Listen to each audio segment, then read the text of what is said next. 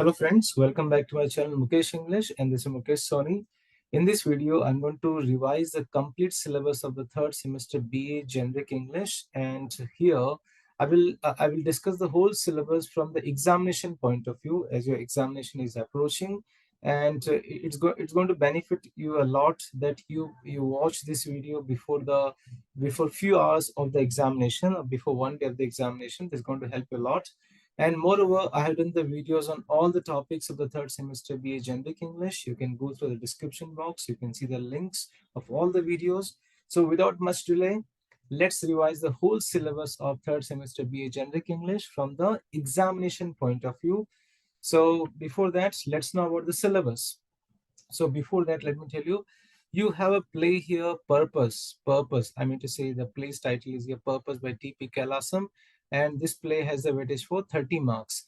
Then you have 5 speeches by APJ Abdul Kalam, Narayan Murthy's speech, Kiran Bedi's speech, Sachin Tendulkar's farewell speech, then Martin Luther King Jr.'s speech, I Have a Dream. Then you have four important topics: presentation skills, then paragraph writing, then business letters, then the commercial writing. So that's a glance of your complete syllabus. Now to begin with, let's begin it here. 30 marks. You have a play in the third semester BA titled Purpose. The title of the play is Purpose, that is written by T.P. Kalasam. And this play is very, very important because your 50% of your question paper is based on the play only. That's for 30 marks. And from this play, you'll be having two types of questions. One first question will be here, 5 marks, 2 questions. So 5 marks questions and the 10 marks questions. 5 marks, 2 questions, 10 marks, 2 questions. And in this manner, you need to answer for 30 marks. So here in this video, I'm going to tell you the complete story of the play Purpose. So have patience to listen the story. So let's begin it. So the playwright is a very famous Kannada writer, and his contribution to Kannada theatrical comedy earned him the title called Prahasana, Prahasana Parampitamaha, means to say the father of humorous plays. Later, he was also called as the Kannada ke Obna Kailasam. That means to say only Kailasam for Kannada. A very, very famous, notable Kannada writer. The play Purpose by T.P. Kailasam is a story which is based on the Adi Parva from Mahabharata, which revolves around Eklavya and Arjuna and the purpose behind learning archery. This play dramatizes the events that occurred in the Mahabharata during involving Dronacharya, Arjuna, and Eklavya. Kailasam has dealt with the caste conflict of the society of his time, unfolding the youthful idealism of Eklavya. So the caste conflict has been portrayed here, uh, has been portrayed of those time. Also, we used to have the caste conflict. Then further, which are the characters do we have here? Bhishma Pitama, who is the patriarch of the royal Kuru house. Arjuna, Nakula, Sahadeva, they are Bhishma's grandchildren. Dronacharya, who is the guru to all the Kurus, and the Eklavya, who is a Nishada boy, a non-Aryan, and the time it belongs to Adi Parva of Mahabharata. So let's begin the story here. And the whole play is in the 2 sections, 2 parts, Act 1 and Act 2. So here, one day, as Dronacharya is training Arjuna, Eklavya comes out of the forest and observes them from a distance. When Drona looks less busy, not much busy, Eklavya approaches to Dronacharya and asks for permission to learn archery. Dronacharya does not refuse the boy nor scorn him, so he does not give any of the answer. Dronacharya wholeheartedly wishes to help Eklavya to fulfill his goal. He wanted to help, but he has not told anything else. Then Eklavya, then what's the reason behind learning archery? Because Eklavya lives in a hut in the center of the great forest, and near his house there are many fawns. There are many fawns that he and his mother care for, and occasionally they also feed them, just like ducks. However, there are abundance of wolves. There are so many wolves in the particular region of the forest, and they continuously hunt down and eat his fawns. So that is the main purpose that Eklavya would like to learn would like to master the skill of archery. Now Dronacharya is very much persuaded, very much convinced by this boy's selflessness. And he says, of course, he is. Who doesn't love fawns? They are so cute. Look at this guy. Even he also appreciated that Eklavya was also as beautiful as the fawns. Then we find here at this point of time in the play, Dronacharya considers Eklavya as his pupil, as his shishya. Unfortunately, Dronacharya's other pupil, Arjuna, he gets into a small fight with Eklavya and insults his caste, telling him that he's a low born and hence he's unable to ever compete with somebody of his own level. So we find here casteism. Then afterwards, Dronacharya is thoroughly impressed with this volley of ideas and is even more willing to take on Eklavya than before. However, Arjuna remembers something that he can twist to his advantage. Drona had promised Arjuna that he would make Arjuna the greatest archer in the world. Yet, still Arjuna and Eklavya continue to fight. So, Eklavya reminds Arjuna that, according to the Guru, there are only 5 requirements to become a good archer. And Eklavya says that the first requirement is here a perfect mastery of the ground work of archery. Second, a power to concentrate. Third, a deep and fervent love for one's guru. And the fourth, the guru's wholehearted agreement to teach. And the fifth one is here, tireless practice. So these are the 5 requirements according to Eklavya to become a great archer. Eklavya mentions that nowhere in these criteria caste is mentioned. Hence, he also has an equal opportunity, equal share, equal opportunity to learn archery from his guru, I mean to say from Dronacharya. So through the course of this argument, we can see here that Eklavya genuinely believes that Guru will definitely favor him, Guru will definitely side with him and will teach him. Unfortunately, after Arjuna invoking his promise, he invokes his promise. Look, Gurudev, you have given the promise that you will make your Shishya the great archer. The honor bound Guru has no choice but to turn Eklavya away. So he doesn't teach archery to Eklavya. Eklavya is heartbroken, and before he leaves, he asks Guru one thing. He asks Guru one thing, and here Eklavya says here, what does he say? He asked Guru one thing, and he says that if you had the time, sir, or you were free to teach me, sir, would you have liked the least bit, or would you like to teach me? Dronacharya, with his hands resting on Eklavya's shoulders, bends down and speaks in a tone of utmost love and admiration. Dronacharya says, liked? The least bit liked. Why, my little man? If only I had the least chance, I should love to teach you. Eklavya cunningly manipulates the guru into saying this because he told, if I have a chance, I would love to teach you. What Eklavya takes this to mean that he has now satisfied the fourth criteria. He's now satisfied the fourth criteria, means to say respect the guru.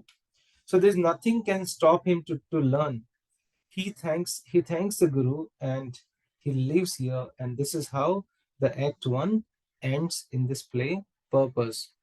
The act 2 begins, and here the act 2 begins 6 years later. After 6 years, it's something like episodes. After 6 years, with Dronacharya and Arjuna wandering through the forest, and they were talking, suddenly they see a wolf run out from a nearby bush, screaming with at least 30 arrows through his skull. Dronacharya and Arjuna stand spellbound by this insanely awesome feat of archery. As the archer comes running in pursuit, they recognize this archer as Eklavya. They were shocked to see, oh, this is Eklavya. because they are seeing him after 6 years. Arjuna guessed. He gets pissed off after seeing Eklavya as a mad archer. There is no way that he is the greatest archer alive. Hence, then Arjuna calls Dronacharya that you are a liar because Eklavya has learned. And here, Eklavya gets angry. This repeats itself many times, and eventually they start talking things out. So Eklavya has felt that my guru has been insulted, my guru has been blamed. Now Eklavya reveals that his guru is the great Dronacharya, and Dronacharya denies this vehemently, saying that he had not trained anyone other than Arjuna. Eklavya beckons them to follow him to a shrine nearby. He says, please come to my ashram. Upon reaching there, they see a life-sized clay statue of Dronacharya sitting cross-legged on a shrine under the shade of a tree. So there's a statue is here, Dronacharya's statue, Dronacharya's Murthy is here, and Eklavya says that he is my guru, and he has learnt everything from this statue. Arjuna is unable to understand this, and he takes out his anger on Dronacharya. Dronacharya helplessly responds that he too had no idea of these happenings, but Arjuna won't quit. He says, I won't quit. Arjuna mocks Dronacharya. He insults him, telling that the world will know him as a liar who did not abide by his promise to the king. And here, what happens? Eklavya is very much crestfallen. He cannot believe that his training may be downfall of the great Dronacharya. He can't believe that because of he has learned something and his guru is getting insulted because of him in this manner. Dronacharya is equally perplexed as to how his pupil Eklavya could have learned more than he himself knows. To this, Eklavya says, a pupil can learn more from his guru than what the guru himself knows. If the purpose of the pupil for learning is nobler than what the purpose of the guru's was when he learned from his guru. So these were the words of Eklavya. So now Dronacharya is now feeling very confused and as well as guilty.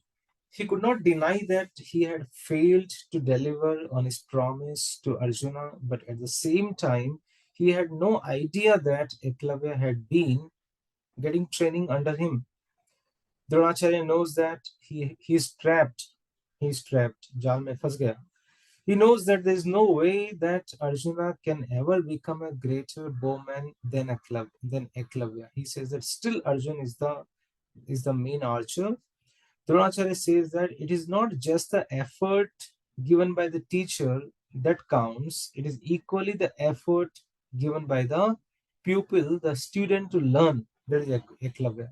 In this respect, he feels that Arjuna can never become greater.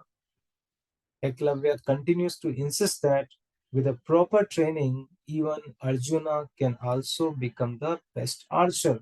So he says that no problem, if Arjun also gets proper training, he can also become a great archer. Dronacharya shakes his head and he gives the very important dialogue, which gives the important, and he says that you do not know all, little man. It is not only love and respect for the Guru that counts, but the purpose, the main purpose with which the people learns. Dronacharya further says, besides how much he learns, you have said it yourself a while ago, with Arjuna's purpose for learning, for beneath yours, all his efforts mine to help him even to equal you will not avail. So his purpose from the very outset has been to acquire personal fame as an archer, to be acclaimed the greatest archer of all times, and with you working body and soul, heart and mind, to free harmless creatures from fear of marauding beasts, the hardest of the efforts will not lend him within yojanas of your archery, and I shall never keep the promise I rashly made. So that was told by Dronacharya. So now the time has come. Eklavya is overwhelmed with this guilt. He could not tolerate the insult of his own guru. He feels very terrible about the fact that he was the cause of all of this. He offers to never draw his bow again, but Arjuna is not satisfied. He says that I promise that in my life I will never draw my bow, but Arjuna is not satisfied. Arjuna continues to enrage Eklavya by provoking him and insulting Dronacharya.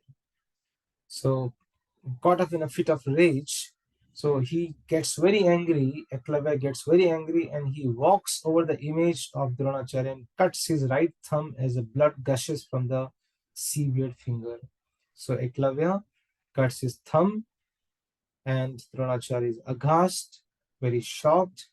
He had never expected this, much less wanted this.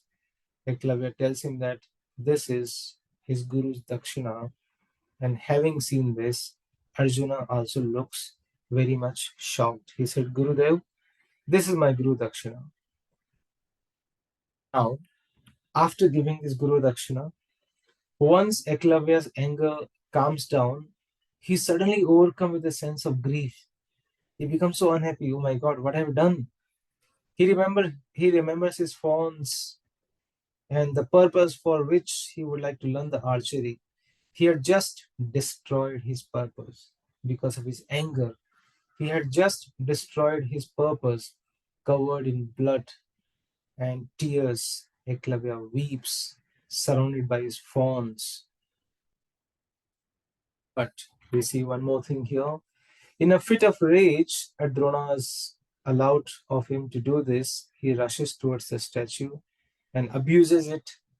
He is about to smash it when he is suddenly overwhelmed with a sense of remorse. He mutters, "What have I almost done?" He sinks back to the floor, and in this manner, the play ends with Eklavya whimpering the following lines helplessly, hopelessly to himself. Eklavya says, "Forgive me, Guruji, forgive me. Do not know what I was doing. But yet, how could you? How could you? And how could you?" So, this is how the play ends here. The purpose for which he would like to learn archery, because of his anger, he cut his finger and he cut his thumb and he offered his thumb to the Guru Dronacharya as the Guru Dakshina, but later he realized that how would he save his fawns, how would he save his fawns, his ducks from the wolves, and he cries bitterly, and the play ends here.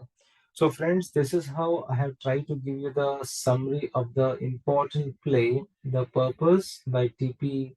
Kailasam. And if you want to go through in depth of this play, please watch my videos on the summary of the play as well as the question answers. The links are in the description box. So play here refers for 30 marks. Now we are going to have discussion for the 10 marks question. That is the speeches. We have 5 speeches, and here you'll be asked 2 questions. So out of 3 questions, you need to opt here 2 questions, 5 marks, 2 questions. So you have here 5 speeches. My Vision for India by APJ Abdul Kalam, Learning from the West by Narayan Murthy, I'm the Product of Opportunities by Kiran Bedi, then Sachin Tendulkar speech, then Martin Luther King Jr. speech, I Have a Dream. So now let's try to understand each and every speech with the help of the brief summary, not many, brief summary, not much, brief summary.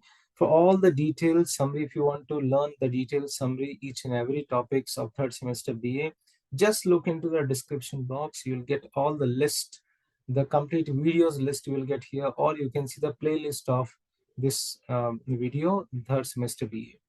So, My Vision for India by Dr. APJ Abdul Kalam, which was delivered on 25th May 2011 at IIT Hyderabad, India. And in his speech, Mr. Kalam focuses on 3 visions for India. Number 1, freedom. Number 2, development. And the number 3, India must stand up to the world. While delivering the speech, he had a conversation with a 14-year-old girl who asked for his autograph. He asked her about her goal in life, and she replied that she wants to live in a developed India. Dr. Kalam appeals to everyone, saying that for her, you, and I will have to build this developed India. Borrowing J.F. Kennedy's words, Dr. Kalam says that ask what we can do for India and do what has to be done to make India what America and the other Western countries are today.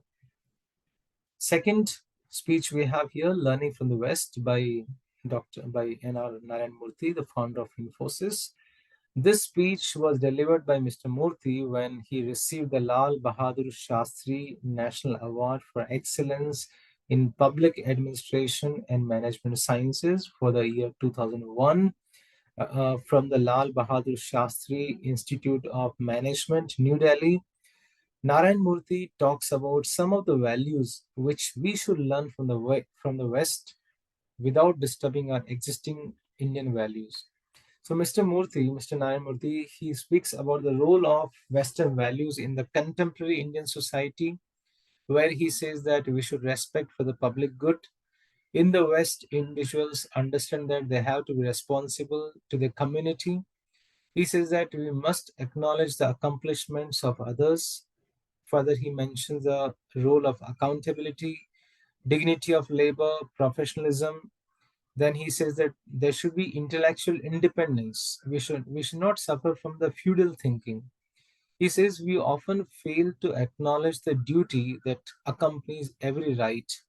So hence Narayan Murthy lists the values that the Westerners follow. The community must develop a system of values. Everyone must strengthen equality over the individual and society. And such values cannot be implemented by the rule of law, but such behavior is followed by everyone in the society. Now, the third speech we have here by Kiran Bedi, the first woman IPS officer from India, Indian woman IPS officer. I'm product of opportunities, a police chief with a difference. So Kiran Bedi managed one of India's most toughest prisons and used a few focus on prevention and education to turn it into a center of learning and meditation. In her speech, she shares her thoughts on crime and punishment from the stage of Dead Women, Washington, D.C., USA on 8th December 2010. There are a few key points of Kiran Bedi's speech. Uh, the philosophy, she speaks about the philosophy which she inherited from her parents, where she says that life is on incline, you either go up or come down. Then we find Kiran Bedi as a police officer, then Kiran Bedi's jail assignment, where she turned the prison into an ashram through education, where she conducted some meditation program inside the prison where 1,000 prisoners took part. Then she brings out the concept of mindfulness and petition box. What is petition box? It's a kind of a feedback box. Then Kiran Bedi also moved into the moments of education, the moments of anti-corruption. So this is how Kiran Bedi has brought out the glimpse of her life in her speech. The fourth speech we have here, Sachin Tendulkar's farewell speech at Wankhede Stadium. So in 2013, when Sachin Tendulkar played his last match and got retirement from the cricket, and he celebrated his career in front of the thousands of fans at the Wankhede Stadium, and he delivered his farewell speech. And there were tears to billions across the globe. And in his speech, what he says that retirement is inevitable. He says, do not find shortcuts. He says that believe in your coach, respect your coach. Your coach plays a very important role. And behind every successful man, there's a woman, according to him. He says that we should have balance in our life, we should be healthy, and we should always have some bigger purpose. Then fifth speech we have here, a very famous speech, Ages Together. Since school, we have been listening to the speech here. That is, I Have a Dream by Martin Luther King Jr. Martin Luther King Jr.'s I Have a Dream speech is a very powerful message to the African American community to be strong and persevere during a time of great inequality in the United States. Martin Luther King Jr. was one of the most iconic figures of the civil rights movement. For this speech, he addressed around 2 lakh Americans in Washington, D.C., and famously desired an America where his children will not be judged by the color of the skin, but by the content of the character. So, this speech begins by referencing the Emancipation Proclamation as a great beacon light of hope for the slaves who were experiencing injustice. Despite this hope, King pointed out further work was required for African Americans to be truly free in their own country. King Martin Luther uses the metaphor of a bad check to describe how America has mistreated African Americans, despite the words in the US Constitution and the Declaration of Independence that grant all people the rights of life, liberty, and the pursuit of happiness. Martin Luther King Jr. tells the audience that now is the time to fight for democracy and for brotherhood. There cannot be any quitting because it is just the beginning of the struggle. He reminds his listeners that the fight must be accomplished with dignity and non-violence. People should not resort to violent actions, but remain disciplined and continue to move forward with the ultimate goal in the mind. Martin Luther King urges people to continue to have faith, not wallow in the valley of despair. He mentions that even though we experience great troubles, he has a dream that this nation will rise up and become truly equal. One day, all across the United States, there will no longer be injustice or oppression. So that's about the speech. So this is how I have given you the brief summary of the 10 marks questions from the speeches.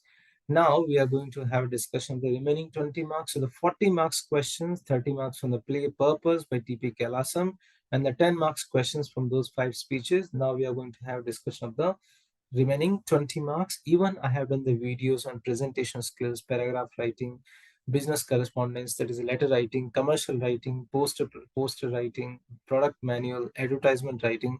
All the videos links you can see in the description box. If you are not yet subscribed my channel, why don't you subscribe? Okay, so now let's have discussion one by one. So whatever I'm discussing here, I'm discussing with reference to a question paper and according to the sequence of question paper. So now in the section 2, unit 2, you have very first question, presentation skills. Presentation skills is for 5 marks. So you have 5 types of presentations. One is the informative, instructional, persuasive, decision making, and the demonstrative. So you need not think about these key terms here. I'll tell you a simple trick. When this question appears, so one topic will be given and you need to prepare the presentation content. Now you have a question that if I have a laptop, if I have desktop, I can use Canva and other softwares and I can do the fantastic presentation, fantastic slides I can prepare. But how can I do in the examination where I don't have this kind of facility? Yes, you cannot use a laptop, etc. But what you need to do in the examination, we need to prepare the slides. We need to prepare the slides like this. On one page of your answer script, you can make here 2 slides or the 2 boxes, right? You design these 2 boxes, these 2 slides, and give a numbering to each slide. Write down slide number 1, slide number 2, slide number 3, 4, 5, 6. First slide should be the topic slide. We should mention that on which topic you are speaking, you are writing, presented by XYZ. If possible, you draw some image. If you cannot draw the image, at least write in capital letter. So we should look like a elegant, beautiful, and the wow. So when the examiner go through your answer script, the examiner should sing in his mind, so beautiful, so elegant, just looking like a wow, right? So there should be a wow factor in your slides, right? So the second slide should be here, index. Index means to say what are you going to talk in the remaining slides apart from these 2 slides. So in the remaining slides, I'll talk about the meaning, process, 7 C's of communication. Then I'll talk about the types of communication. So slide number 3, I'll talk about meaning of communication. Slide number 4, I'll talk about the process of communication. Look at here. You can draw the image, you can design in such a manner. Then slide number 5, 7 C's of communication. Again, I'll use some images. Then slide number 6, types of communication. Then the slide number 7, thank you slide, right? So this is how you need to prepare here. Give a heading to each slide, and under each heading, give some key points. Don't write summaries, don't write paragraphs together. Just give a key points, use a bullet points, and you have 3 important pencils, pen. You will be having blue pen, black pen, you have pencil. So these 3 instruments are enough to design your slides to give a shade. Okay, so you can watch my special videos on the presentation skills. I have done videos in that, how to prepare presentation slides in the examination, right? See the link in the description box. So that's about the 5 marks questions from the presentation skills. Now in this series, you have the next question. Paragraph writing. So you have 3 types of paragraph: descriptive, persuasive, comparative. Descriptive means you describe something. Persuasive means you convince somebody. Is social media boon or bane? You are convincing, right? Then comparative. Comparative means to say you compare, right? Test match versus T20, or one day it will be T10 also, who knows? So so here what will happen here on a question paper, you'll be having the key points, you'll be having the outline, and based on the outline and the key point, you need to develop a paragraph. Just keep one thing in your mind, that write the title of the paragraph. The topic is already given on a question paper, just copy it, right? Use a simple languages, short sentences, and some quality vocabulary, some good words which really connects. Possibly use the conjunctions, for example, and, as well as, although, yet, not only, but also. So these conjunctions will make your sentences more rich or more richer. So your answer will be more healthy and very rich answer. So hopefully you can get 5 marks. So I have not given any samples for this, because the writing skill differs, varies from person to person. The next question you have here, letter writing. Business correspondence means to say letter writing. That's for 5 marks. Again, here you have a choice out of 2 or the 3 letters. You need to opt one.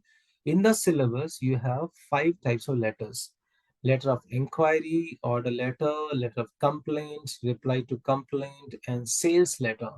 So for a kind information, I have done 2 important videos on letter writing. One is the format of letter writing, another is the types of letter writing, where I have given example of each letter. So please check the links of those letter writing links, videos links, in the description box or on my playlist. So that's going to help a lot. But even though, let's have a look at the sample business letter. As I told you that this video is a revision. We are revising, just like before 5 minutes. How do we brush up everything? It's like a crash course, I will say, capsule video. There are so many names, many coaching centers, they use such names. I'm not running any coaching center. So the very first part you have here, this is called sender's address, right? It's a sender's address, XYZ Institute, right? Then you have the date, 25th November 2022. Then who is the receiver? The manager, T capital, M capital, company name, company address. Then, dear sir, madam, subject inquiry for the quotation of computers, body of the letter. Then salutation, sorry, complimentary clause, yours faithfully, no apostrophe s here, no comma here. Then signature. Enclosure means to say if you're attaching something, if you're going to enclose something, otherwise it's not compulsory. Now you can see here, there are no words such kind of to or from, to, from, from, because these to or from are the very outdated words. I'm not telling they're wrong, they are very outdated. So in today's corporate world, or the modern letter writing says that better to use this left margin format. So you can watch my videos on the letter writing. Now we are moving to the last question. We are moving here. Commercial writing. Commercial writing, this is a topic, and under this topic you have 3 important subtopics: advertisement writing, product manual writing, poster or brochure writing. Any 2 will appear, and out of any 2 you need to opt only one question, whichever you like it. So let's have a discussion one by one very briefly. Advertisement writing. So there are 2 types of advertisement: classified and the commercial. So when we write any advertisement, generally we write the title of the advertisement, like accommodation required, flat for sale, then we write the situation, vacant, etc. Then body of the advertisement, what do you mention? Phone number, contact number, place, any kind of reward, incentive, discounts, we do mention. So you can see, you can pause the video and you can look at here the different samples of the advertisement, or this is a real sample of the advertisement which you can see in most of the newspaper. So I have done a very special video on advertisement writing. Check the link in the description box. Now further, you have here one more answer from one of the questions. Sri Techno College, New Delhi, commencing a certification course in Java, C++. For more details, contact Tanmay, so-and-so gmail.com. Then the information about the certification courses. Next question you have here, product manual writing. Many students, they have this confusion that what is this product manual? Product manual is a user manual. It's very simple. I'll tell you, when you buy a SIM card, you get a box, right? When you open this box, you get a leaflet, a kind of paper, where in one side it's written in some other language, Chinese, something maybe, and on the other side it's written in the English language. So when you see that, first it will describe about the SIM card. It will then afterwards it will describe how to insert the SIM card in the tray 1, tray 2, etc. Similarly, for every product, you need to give the specifications, or the we can say instructions how to use it. So let's have a look at this image here, this answer here. So there's a product, Samsung Galaxy S2. There's an image is also mentioned here. Specifications are mentioned. How to set up your device, means to say instructions how to use it. Precautionary measures. See, there are some products where some precautionary measures are required. For example, keep it away from children, don't keep it near the hot place, etc. So like this, you need to design the product manual of any of the product. So such kind of product specification will be given on the question paper. We just have to organize it, or as well as you need to draw the relevant image. Now you can have a look for the one more answer about washing machine product manual, how to use it. So product manuals give a lot of information. Product manual not only gives the information about the specifications, but also the instructions, also how to use it. So that's why we call it as a product manual, as well as a user manual. Okay. Now you have the last choice, brochure or poster writing. If you don't like to attempt advertisement or the product manual, you have a choice that to design brochure or the poster. So when you're writing, designing brochure poster, first we write the college name, the authority, title of the event, tagline of the event, date, time, venue, contact information.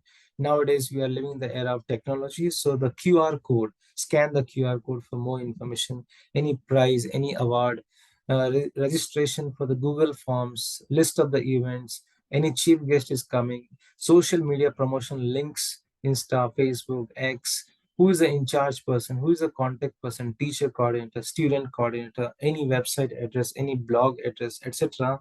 We try to give all this information on a poster.